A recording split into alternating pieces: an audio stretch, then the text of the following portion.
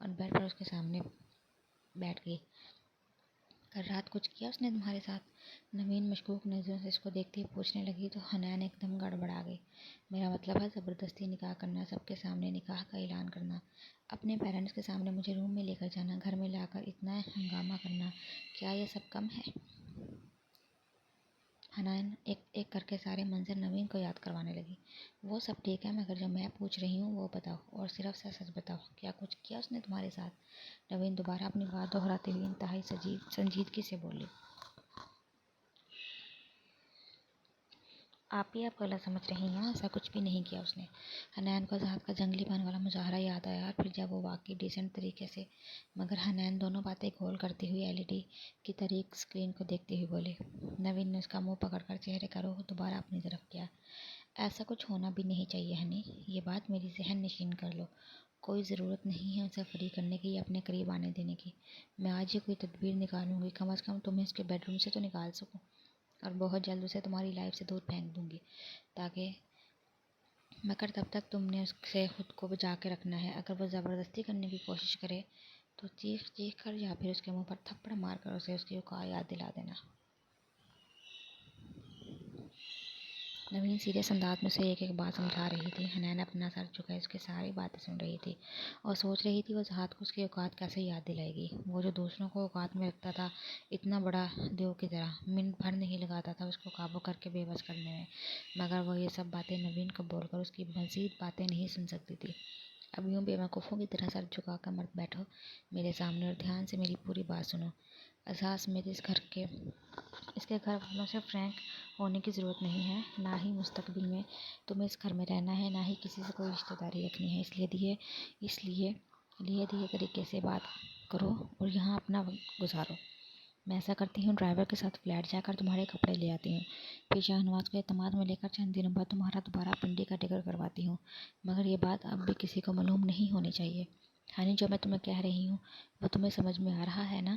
حنان کا اترا ہوا چہرہ دیکھ کر نوین آخری بار ذرا سختی سے پوچھنے لگی۔ اب ماموں کے پاس پنڈی جانے کا کیا جواز بنتا ہے؟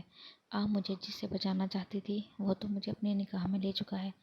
مامی کے نیچر کا معلوم نہیں ہے آپ کو؟ وہ 2 دن کے بعد ساری مہمان نوازی بھلا کر ڈائریکٹ جانے کا پروگرام پوچھتی ہیں۔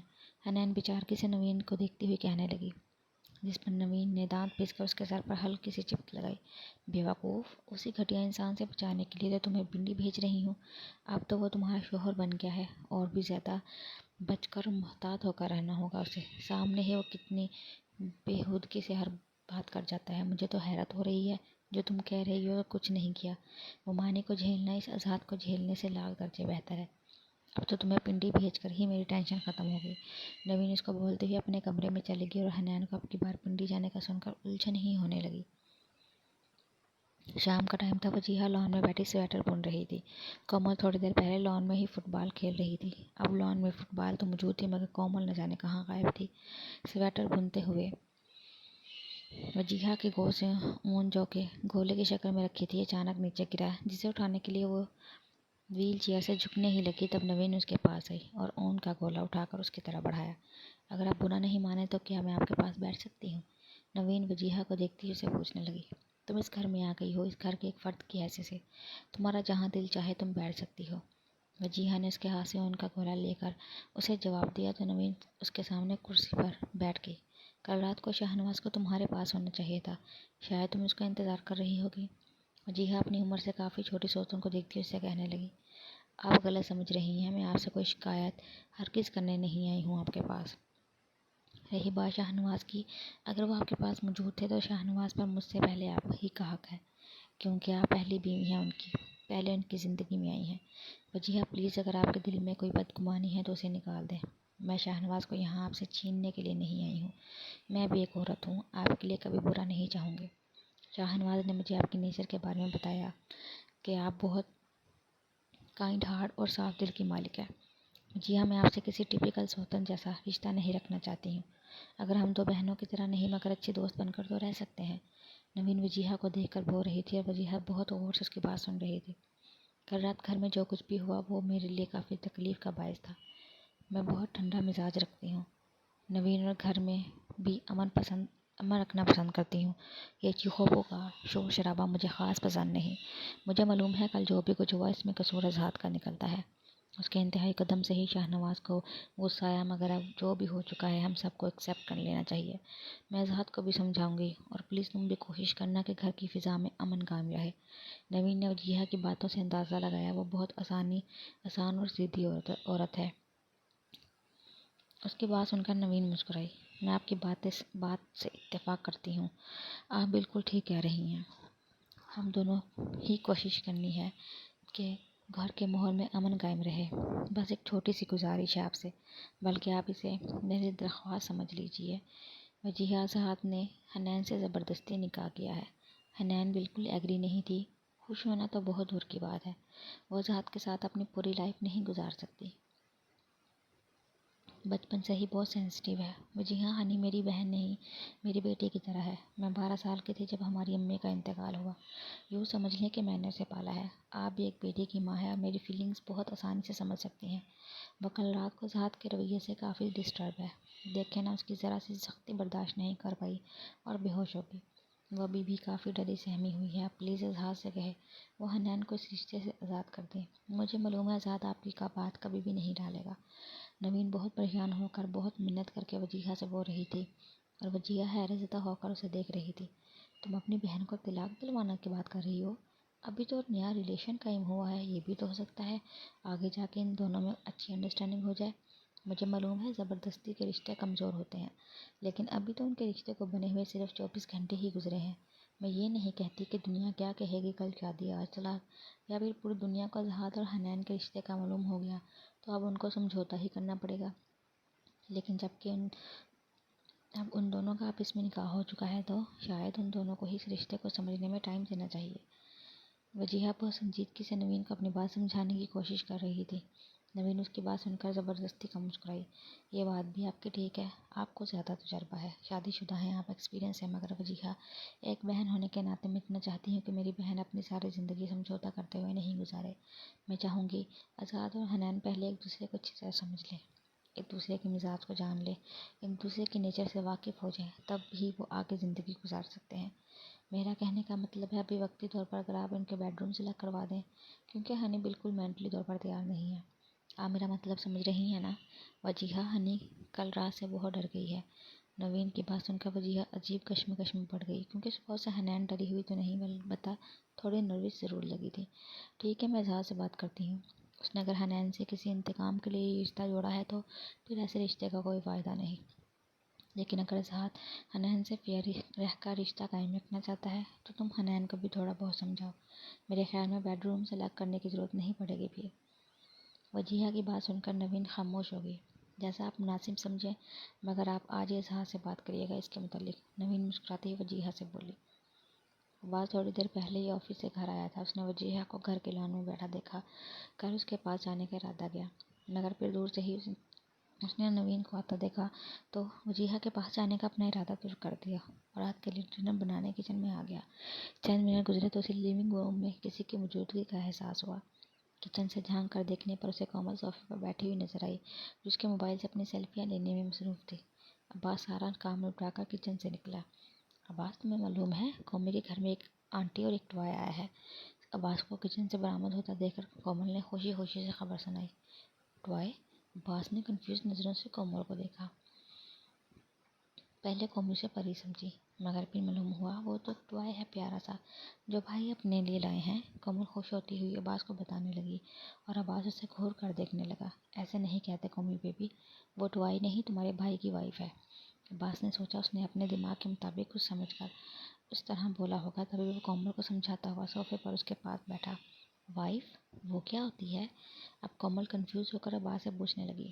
عباس سوچنے لگا اسے کیا بتائے، پھر بولا جیسے ڈیڈ ہوتے ہیں، ماما ہوتی ہیں، بھائی ہوتا ہے، ایسے ہی وائف بھی ہوتی ہے، جو پہلے سے ہمارے گھر میں موجود نہیں ہوتی ہے، بلکہ ہمیں خود وائف کو لانا پڑتا ہے۔ اب تم خاموش ہو کر بیٹھو، میں کافی لے کر آتا ہوں۔ عباس کومل سے کہتا ہوا اٹھ کھڑا ہوا۔ کومی کو بھی اب اپنی وائف چاہیے۔ عباس 2 مگ میں کافی لے کر آیا تو کومل نے نرالی سی فرمائش کی، جس پر وہ ہنسنے لگا۔ وائف صرف بوائز لے کر آتے ہیں، گرلز نہیں، اور قومی تو ویسے بھی ایک چھوٹا سا بیبی ہے۔